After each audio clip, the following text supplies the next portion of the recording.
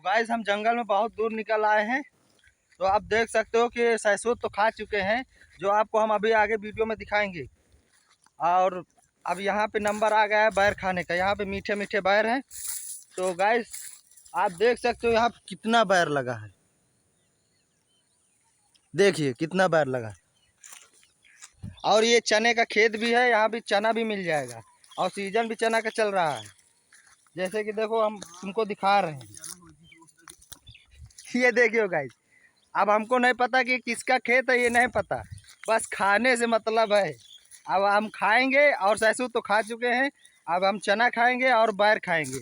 घर के लिए कुछ नहीं लेके जाएंगे। अगर लेके जाएंगे तो रास्ते में अगर कहीं मिल गया तो हमको पता नहीं वो क्या क्या बोलेगा, तो इसलिए हम यहीं पे खा के फिट होके चले जाएंगे। अब शाम भी होने वाली है, तो देखते हैं आगे चल के क्या होता है।